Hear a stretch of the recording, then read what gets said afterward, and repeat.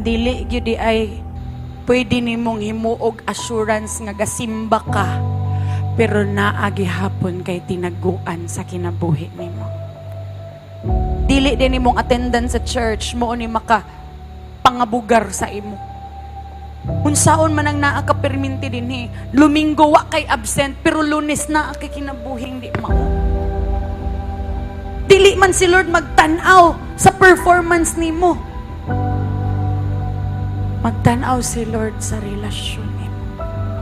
Sa tan-aw nimo. Sa tan-aw nimo. Si Lord, grasya, makasabot, muluwas. Pero ayaw kalimot.